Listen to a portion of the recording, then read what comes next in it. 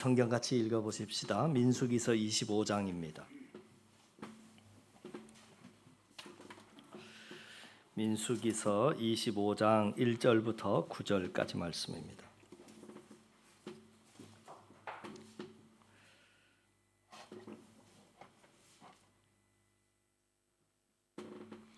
이스라엘이 시작. 이스라엘이 시딤에 머물러 있더니 그 백성이 모압 여자들과 음행하기를 시작하니라. 그 여자들이 자기 신들에게 제사할 때에 이스라엘 백성을 청하매 백성이 먹고 그들의 신들에게 절함으로 이스라엘이 바알보올에게 가담한지라.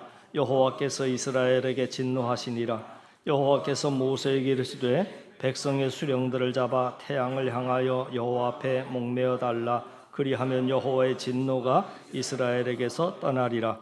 모세가 이스라엘 재판관들에게 이르되 너희는 각각 바알보올에게 가담한 사람들을 죽이라 하니라. 이스라엘 자손의 온 회중이 회막문에서 울 때에 이스라엘 자손 한 사람이 모세와 온 회중의 눈앞에 미디안의 한 여인을 데리고 그의 형제에게로 온지라. 제사장 아론의 손자 엘르아살의 아들 비느하스가 보고 회중 가운데에서 일어나 손에 창을 들고 그 이스라엘 남자를 따라 그의 막사에 들어가 이스라엘 남자와 그 여인의 배를 꿰뚫어 두 사람을 죽이니 연병이 이스라엘 자손에게서 그쳤더라. 그 연병으로 죽은 자가 24,000명이었더라. 아멘. 여러분, 창세기서부터 시작해서 오늘 이 민수기까지 이르게 됐는데 매 주일 새벽에도 그렇습니다만은 주일 예배를 우리가 읽어나가는 본문에서 이렇게 맞추어서 말씀을 전하고 있지요. 하나님이 시내 산에서 이스라엘 자손에게 주신 율법은 그들과 맺은 언약의 조건들이었습니다. 계약에는 책임이 따르지요. 하나님께서 이스라엘 백성과 언약을 맺기 전과 후에 죄를 다루시는 방법이 다르게 나타난다 하는 것에 여러분 잠시 주목해 보시면 좋겠습니다. 일부 예배 때 말씀을 전해 보니까 오늘 말씀이 좀 집중해야 되겠다. 좀 어렵구나. 부족한 제가 말씀을 좀 잘 소화해서 쉽게 잘 전달해 드리면 참 좋겠지만 제 능력이 그러네요. 여러분 조금만 집중해 주시고 평소에 여러분 잘 들어 주시지만 집중력을 조금만 높이셔서 말씀을 들어 주시면 좋겠다 싶습니다. 하나님께서 언약 전과 언약 이후에 동일하게 물로 인해서 이렇게 이제 하나님을 원망하는 이스라엘 백성들을 다스리는 방법이 달라짐을 깨닫게 됩니다. 예를 들자면 언약 전에는 물로 인해서 원망했을 때 심판하지 않으셨습니다. 마라의 쓴물이 단물로 변한 사건, 그리고 무리바의 반석에서 물이 나온 사건, 이 모두가 하나님은 이스라엘 백성들의 원망에 대해서 아무런 말씀을 하지 않으시고 그들의 요구를 그냥 들어주십니다. 그런데 하나님과 언약을 맺은 이후에 하나님은 이스라엘의 잘못에 대해서 드디어 반응을 하십니다. 금송아지를 만들었을 때 하나님은 백성들을 치셨습니다. 다베레에서 백성들이 원망했을 때 하나님 진노하셨습니다. 가나안을 정탐을 하고 돌아 가나안에 들어갈 수 없다 하고 하나님을 원망한 사람들 역시 하나님의 진노로 인해 광야에서 죽었습니다.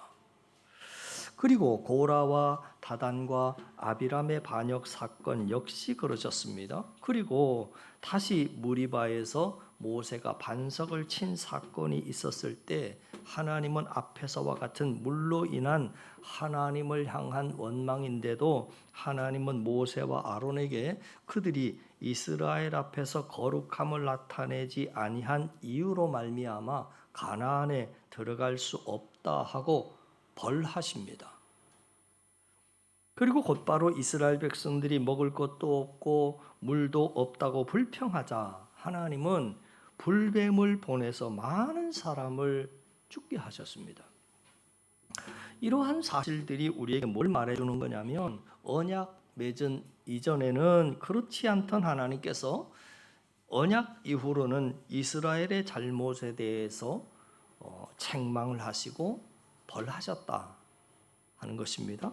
하나님의 거룩한 신부로서 우리가 신랑 되시는 하나님을 바라보지 않고 세상 바라보고 하나님의 순종하지 아니하고 영적인 간음을 행하고 그 뜻대로 내 주장대로 살아갈 때 하나님은 우리의 삶을 간섭하신다 하는 겁니다. 때로는 환난으로 또 핍박으로 기근으로 채찍으로 우리를 하여금 돌아오라 말씀하시고 채찍질하셔서 하나님을 바라보게 하신다는 겁니다. 그러한 내용들을 지난 시간에 저는 이스라엘 백성이 시내 산을 떠난 지 약 11일 만에 가데스 바네아에서도 반복하고 있었다 하는 그러한 요지의 말씀을 지난주에 드렸습니다. 그리고 지난 시간에 결론을 어떻게 맺었느냐면 민수기서 14장 33절을 결론으로 삼았지요. 거기에 보면 너희의 자녀들은 너희 반역한 죄를 지고 너희의 시체가 광야에서 소멸되기까지 40년을 광야에서 방황하는 자가 될 것이다. 이것이 지난주의 결론이었습니다. 그 40년의 세월이 어떻게 흘러가는지에 대한 내용이 지난주 말씀에 이어서 15장이었죠. 15장부터 오늘 본문이 25장인데 24장 오늘 바로 앞장까지의 말씀이 쭉 그 내용이 이어지는 겁니다. 그리고 이제 우리는 25장 말씀을 대하게 됐는데 오늘 본문 말씀은 바알부올에서 생긴 일이 무엇인지를 좀 살펴보려고 하는데 그렇게 그들은 광야에서 덧없는 방황과 함께 원망과 불평을 일삼고 그렇게 한 사람씩 차례대로 쓰러져 갔던 것이고 드디어 40년의 세월이 흘러서 이제 이스라엘은 민수기서 22장에서 모압 평지에 진을 치고 있습니다. 여러분 보시는 지도의 맨 위쪽에 모압 평지가 동그라미로 이렇게 표시가 되어 있지요. 오늘 본문이 말씀이 전해지는 곳이 모압 평지입니다. 이스라엘이 모압 평지에 도착했다라고 하는 것은 곧 출애굽 1세대에서 출애굽 2세대로 전부 세대 교체가 되었다 하는 것을 말해주고 있습니다. 민수기서 22장 1절을 보시면 이스라엘 자손이 또 길을 떠나 모압 평지에 진을 쳤으니 요단 건너편 곧 여리고 맞은편이더라. 그러니까 모압 평지는 바로 요단강 건너편 여리고 맞은편입니다. 그런데 이곳에서 모압과 미디안의 여인들과 음행을 하다가 그들의 우상 숭배 제사 음식을 먹는데 초대가 되고 결국에는 우상 숭배에 빠져서 하나님의 심판을 받습니다. 이것이 오늘 저와 여러분이 함께 읽은 본문의 말씀이지요. 여러분 당시의 우상 숭배는 간단하게 절을 하고 그렇게 맞춰지는 것이 아니라 술을 마시고 춤을 추고 난잡한 성관계를 가지는 것이 그 우상 숭배의 특징이었습니다. 그래서 이 사건으로 인해서 이스라엘 백성 2만 4천 명이 연병으로 죽게 되지요. 그 말씀의 배경을 여러분 한번 보시죠. 다시 22장 앞장으로 좀 거슬러 올라가 보십시다.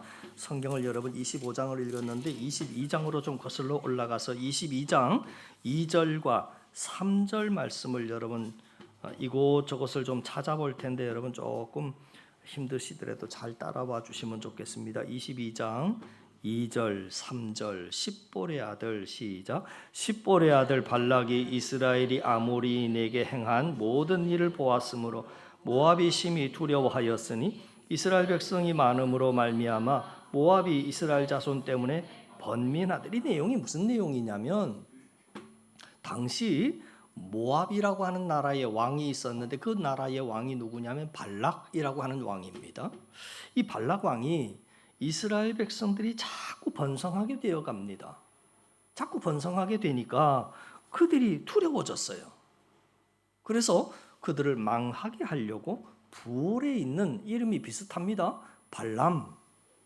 발락은 왕이고 발람. 이 발람이 힘을 좀 빌리기로 합니다. 이 발람이라고 하는 사람은 여호와의 눈치를 보는 악한 자입니다. 거짓 선지자이지만 더 정확하게는 우상의 박수, 그리고 저주 전문가인 이 점술가의 저주로 이스라엘을 약화시키겠다 하는 속셈을 가지고 이 발락 왕이 발람을 찾았습니다. 신학자들은 부올의 아들 이 발람에 대해서 다양한 해석을 합니다. 그런데 민수기 저자가 그에 대해서 명확한 평가를 내려주고 있지 않기 때문이겠죠. 아무튼 성경에서 발람은 마치 순종하는 여호와의 종처럼 묘사가 되고 있습니다만은, 그러나 민수기서 저자는 그를 곳곳에서 참 우스갯거리로 만들고 있음에 우리는 주목해야 합니다. 그는 앞을 볼 수 없는 눈먼 선지자의 모습으로 나타나기도 하고, 심지어 미물 짐승인 나귀도 보는 것을 그는 보지 못하는 눈먼 선지자의 모습으로 소개하고 있습니다. 그리고 세월이 지나면서 성경은 점차 그에 대해서 부정적으로 평가를 합니다. 또 성경은 그를 한 번도 선지자라고 호칭을 하지 않습니다.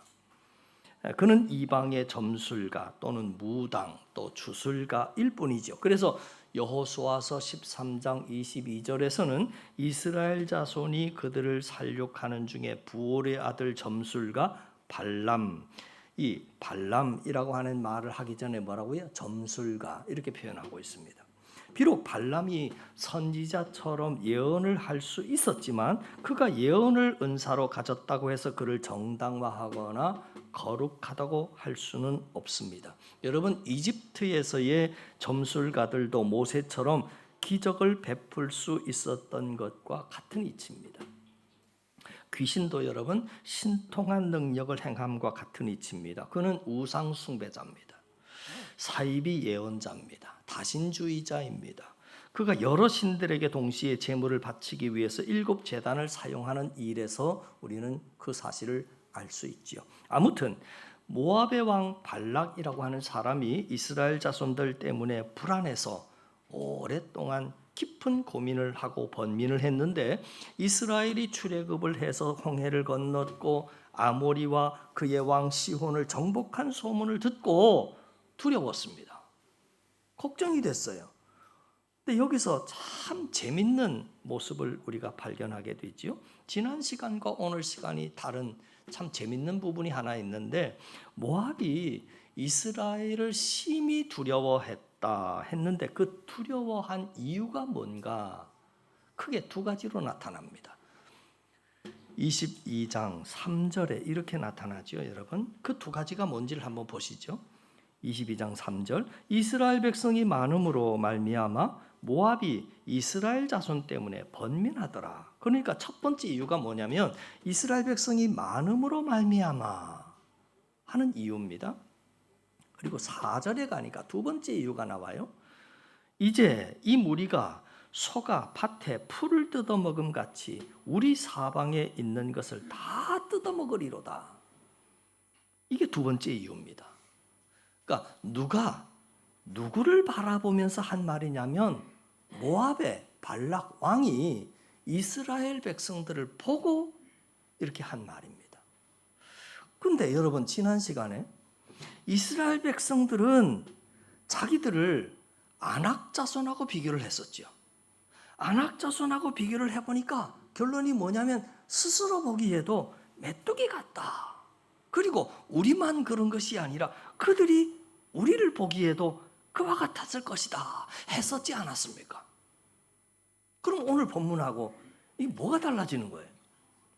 하나님이 이방에게 보여주시는 그림은 메뚜기 같은 모습이 아니라 실상은 하나님의 백성은 소떼처럼 아주 강한 모습을 보여주고 있다는 거지요. 그러니까 모압이 보는 이스라엘과 이스라엘 스스로가 보는 이스라엘은 전혀 다른 모습이었다 하는 것입니다. 그러면 여러분, 이쯤 되면 우리는 생각해야 할 것이 있습니다. 그건 뭐냐면 하나님이 우리도 세상의 빛과 소금으로 삼으셨고 이미 왕 같은 제사장으로 세우셨습니다. 그렇다면 우리의 잘못된 열등의식으로 우리 스스로를 혹평하지 말아야 합니다. 다시 말해서 연약한 메뚜기의 모습이 아니라 오늘 본문은 소떼의 강함으로 세워 주셨다라고 하는 것을 우리는 주목해 봐야 한다는 거죠. 여하튼 모압의 왕 발락은 이스라엘 때문에 몹시 번민을 하다가 드디어 대책을 세웠습니다.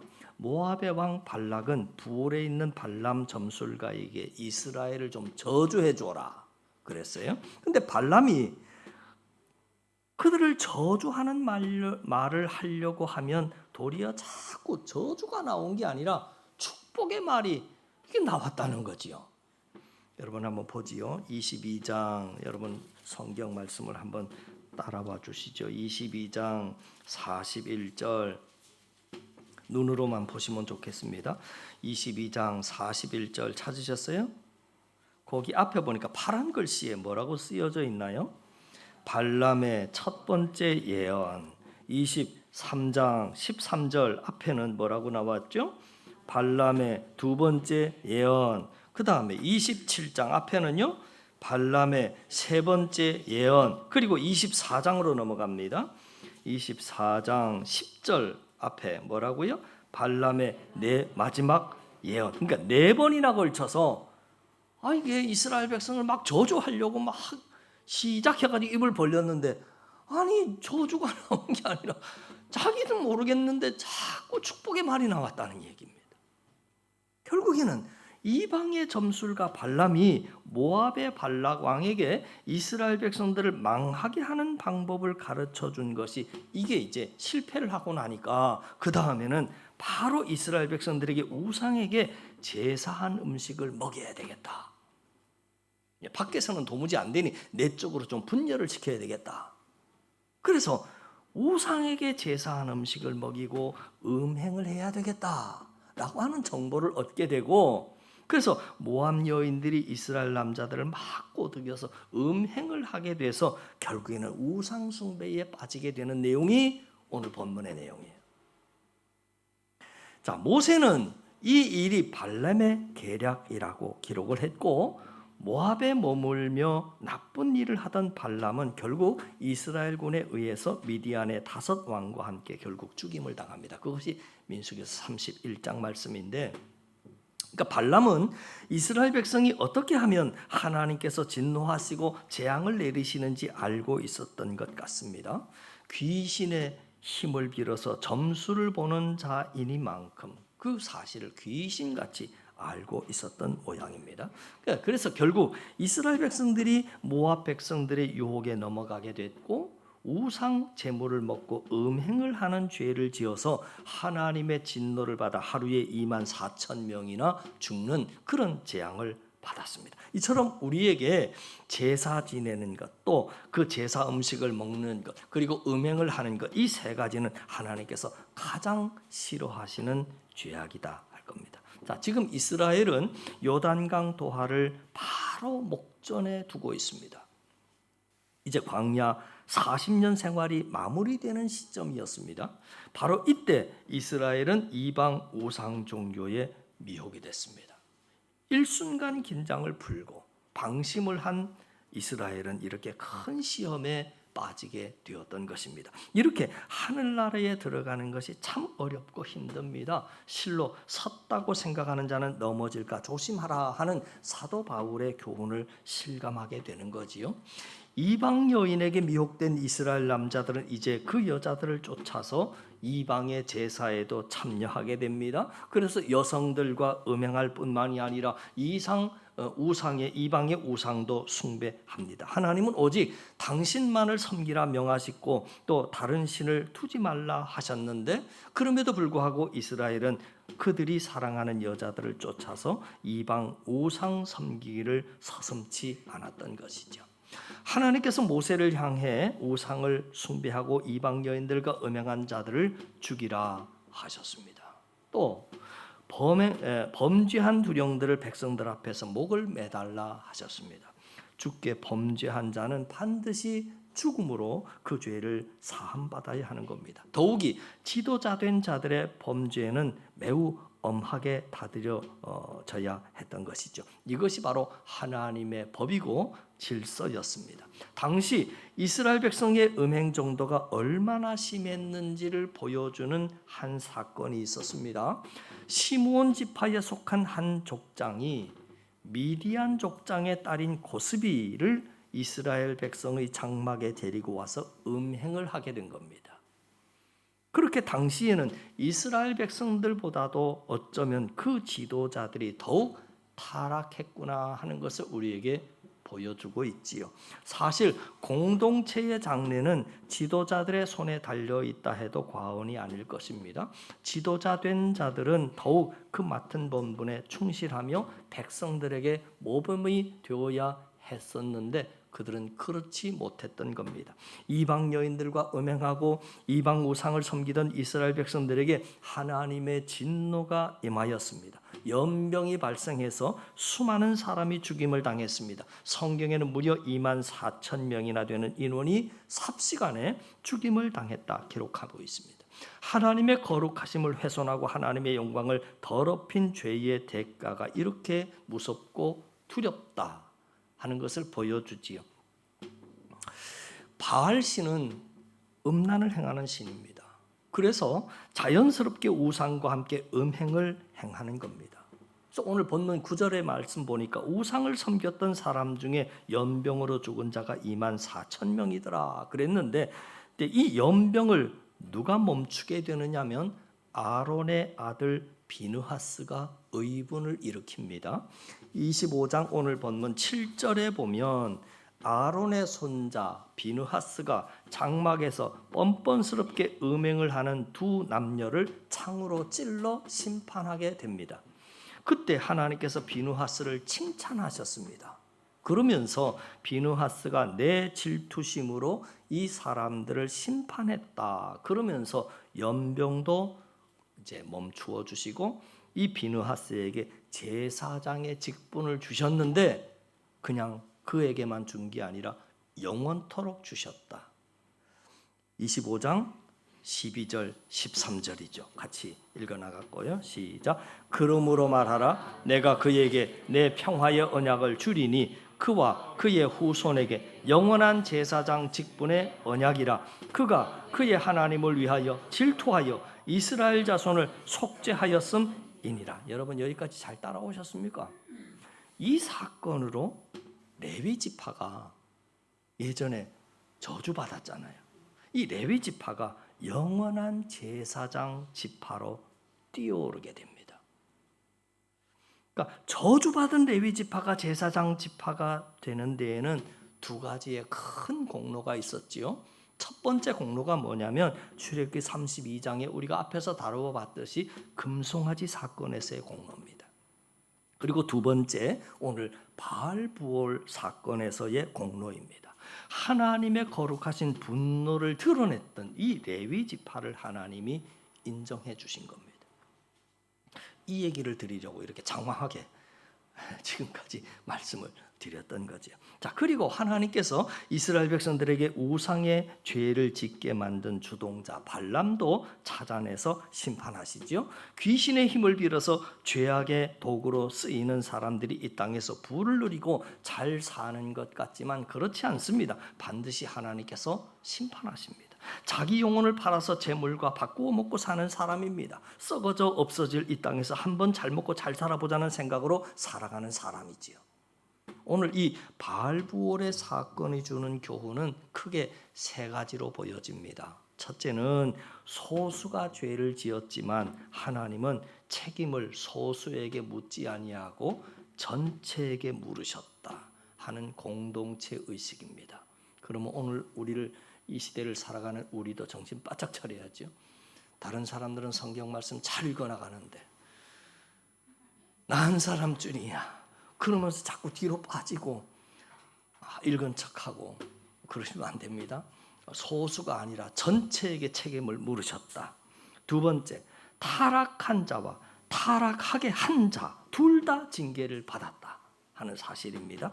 그러니까 유혹하는 자도 유혹을 받은 자도 마찬가지의 죄를 지었다.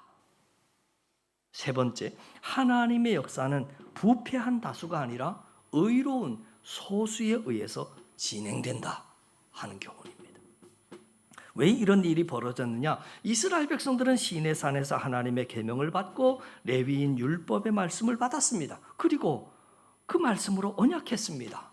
뭐라고 했느냐면 너는 마음을 다하고 뜻을 다하고 힘을 다해서 내 여호와 하나님을 사랑하라 하는 말씀을 들었습니다. 뿐만이 아니라 십계명의 말씀을 받았고 그 말씀을 들었다면 나 외에는 다른 신이 없다는 것도 알고 있었고 어떤 우상이나 어떤 형상도 만들지 말고 절하거나 섬기면 안 된다라고 하는 것도 알고 있었습니다. 그런데 아는 것과 믿는 것은 차이가 있었던 거지요.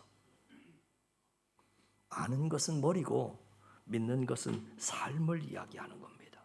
여러분 아무리 많이 알아도 믿음이 없으면 그 삶은 육신적이고 죄의 모습을 따라간다라고 하는 것을 오늘 성경은 우리에게 가르쳐주고 있습니다.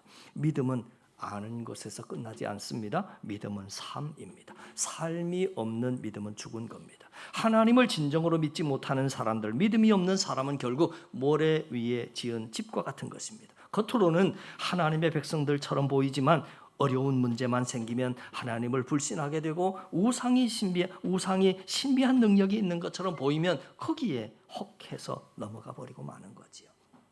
오늘 바알부올의 사건은 사람들이 이 땅에서 정말 하나님을 믿는 믿음이 없으면 세상의 음란과 세상의 우상에 넘어질 수밖에 없다라고 하는 것을 보여주고 있습니다. 여러분 창조주 하나님을 믿지 못하고 하나님께서 주시는 말씀도 믿지 못하고 세상에 힘이 있는 것을 의지하려고 하는 사람들 결국 세상의 우상과 음란에 빠져 심판을 받게 된다라고 하는 교훈입니다.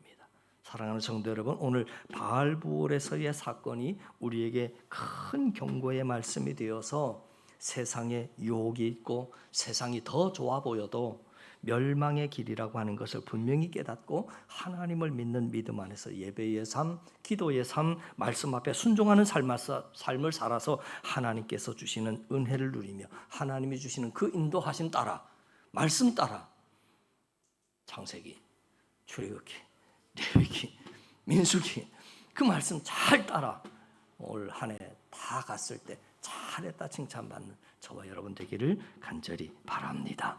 기도드립니다. 참 좋으신 아버지 하나님, 오늘도 흩어져 각자의 삶의 영역에 살아가던 저희를 불러내 주셔서 하나님이 정하신 날에 예배하게 하시니 감사를 드립니다. 세상 속에서 그리스도인으로 살면서 우리는 늘 갈등하고 또 고민합니다. 믿음의 눈으로가 아니라 육의 눈으로, 육의 만족을 위해서, 육의 높아짐을 위해서 선택하며 따라가려고 하는 연약함이 우리 안에 있음을 하나님 고백합니다.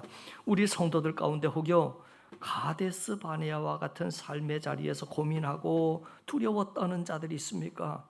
또 오늘 바알부올의 유혹의 자리에서 고민하고 모래 위에 집을 지으려고 하는 어리석은 성도가 있습니까? 하나님 물리쳐 주시고 하나님을 바로 보는 자들 되게 하여 주옵소서. 오직 믿음으로 오직 하나님 한 분만으로 우리의 삶을 채우며 이 한 주간 동안도 살아갈 수 있도록 우리를 인도하시고 도와주시옵소서. 예수님 이름으로 기도하옵나이다. 아멘.